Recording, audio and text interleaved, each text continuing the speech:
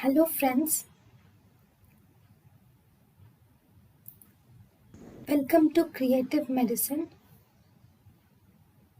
In this lecture, we will learn about. Hello friends, let us now learn some important points about sotalol. Sotalol is a non-selective beta blocker and it can be used as a class 3 antiarrhythmic.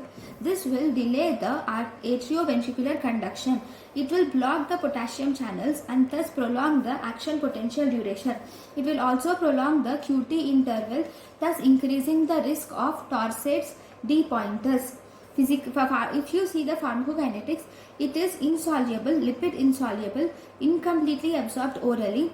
It is excreted unchanged in the urine and it has no first pass metabolism. So these are the important points about sotalol. Thank you for watching.